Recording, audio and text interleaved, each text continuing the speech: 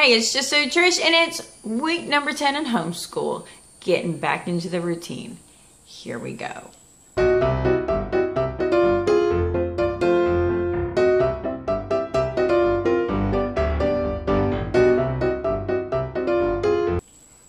Okay, so it's the week number 10, the first week of the new year. We are definitely going to be having a long homeschool year this year. We are running into, we have moved, we have gotten set up, and I've kind of found things. I'm going to show you kind of how I have things set up now that we're here. The move and working on everything and not having like a setup system for our space, we have lost a book or two. Oh my goodness. You know, it really came down to not being prepared to be mobile. Well, let me restate that. Being set up in the house was great. Then going into the schoolhouse and grabbing what we needed as we needed instead of being intentional to gather it up and make the time to really gather it up was a problem. I bought this just here recently, and I haven't really figured out if I'm going to like it or not. My goal was to buy one for each kid, and I haven't. I bought them off Walmart. They were $28 for a case of 4, but it showed up as 1. Not good. So I called them and told them only 1 showed up. It's a case of 4, and then another 1 showed up. So I have to call them and find out, like, are 4 coming, or is it really just a misprint and you never planned to send 4? In that case, you need to take them all back. It's not worth it. So my thought was, and this probably would have been great if I would have got one of these to begin with. And if I would have done that, I could have easily kept all their curriculum for the year in here. And then the place on top would hold their pens and pencils and everything. This would have worked good like in October. Would have been perfect. I should have bought that in October, but I didn't really have the means to do that then anyways.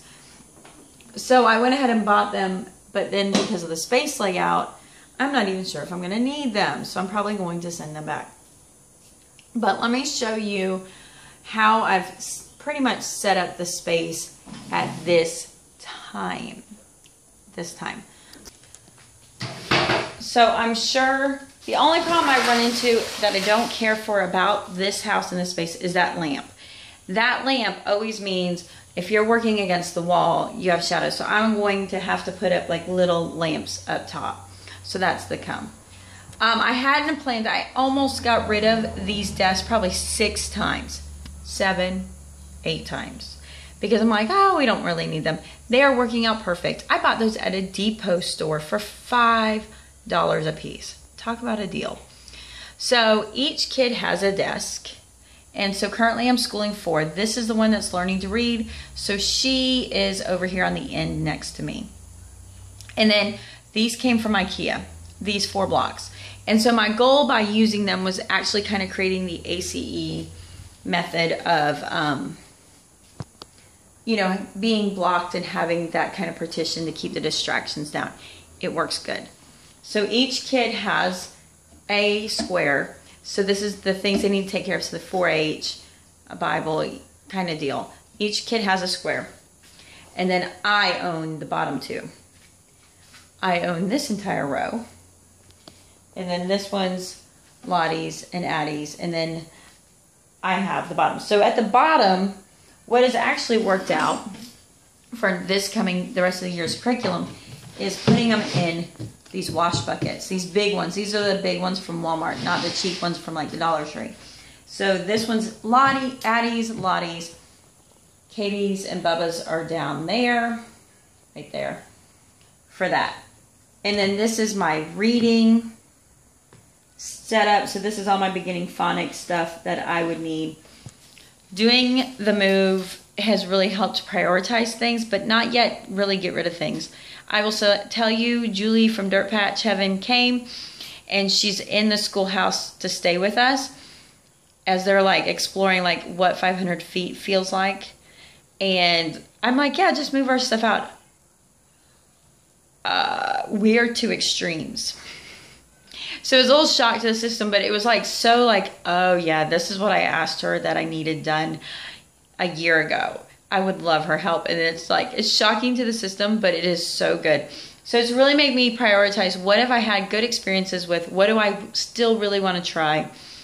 And what is worth keeping and what's not keeping. I will tell you, if I had the learning to read, I would be doing that through the Christian Light Education. But I don't. I'm probably going to get what I need back.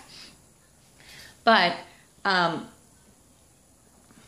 tell you what I kept on another video. So, okay.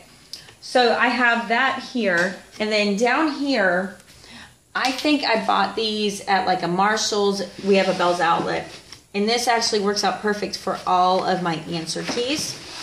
So I have 2 here for answer keys.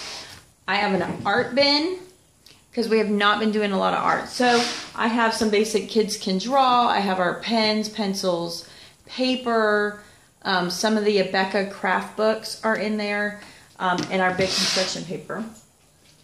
In here are my test keys.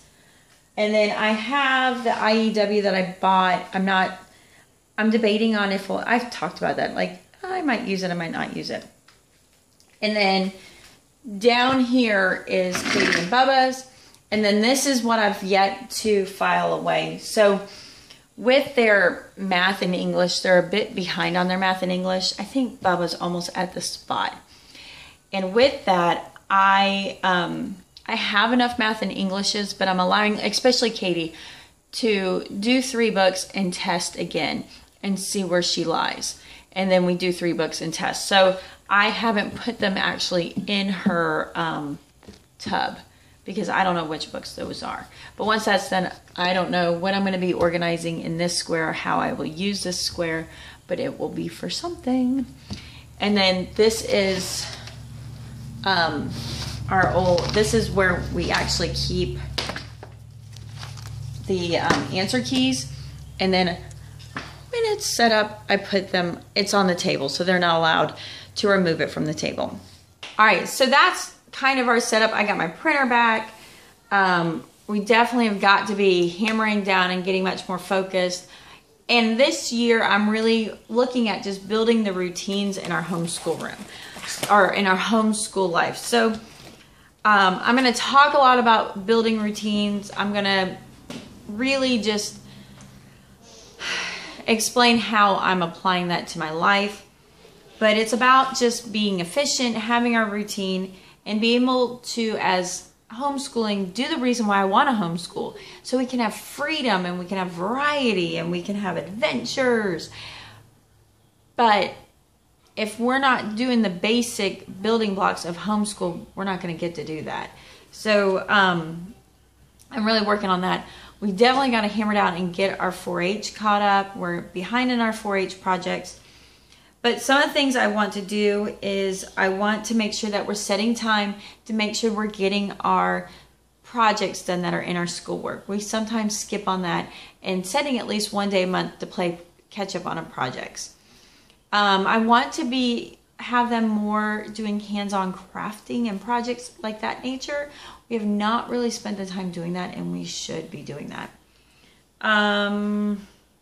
Crafting, doing field trips, getting time to the library, doing house projects. I guess that's it.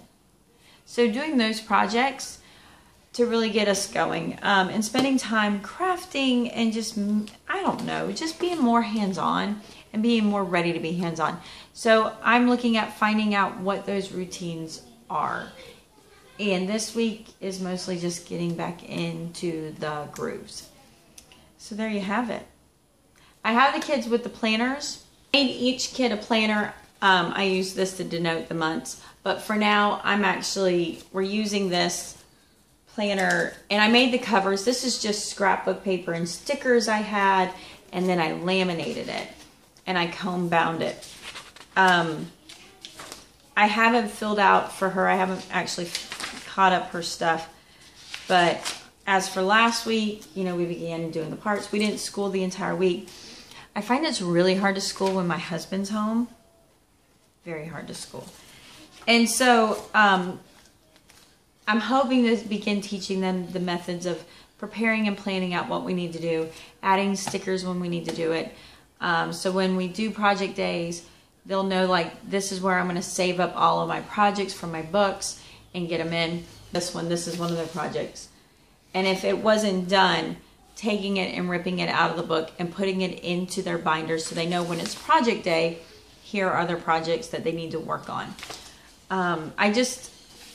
You know, one of the biggest fears I had with using this curriculum was that it wouldn't be enough hands-on. And the reality is it has hands-on. You have to make the time to use it. And I don't want to say like it would be a game changer if we're not doing the projects and we don't need to do the curriculum. That's not it at all. It's just one of the aspects that made me fearful of it. Let's make sure we're not skipping that kind of deal. I have a long video coming out this week, maybe today, about like why I would never use this curriculum. And what was always my biggest stumbling blocks on using this and what held me back from using it, it should be slightly entertaining. And just realize it was ignorance. It was complete ignorance. So you definitely want to check that one out. All right, so that's our school week this week. Oh, gosh. And I'm hoping we'll like be in the groove. We'll probably be in the groove and then I'll be done and then we'll sell the house and then we'll be out of the groove again and then we'll be in the groove again and then we'll be out of the groove again. I don't know. So I probably ought to keep these just in case, you know, because we're going to move. This is not a permanent setup. Think, McFly, think. Yeah.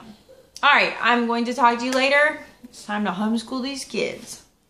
Peace out.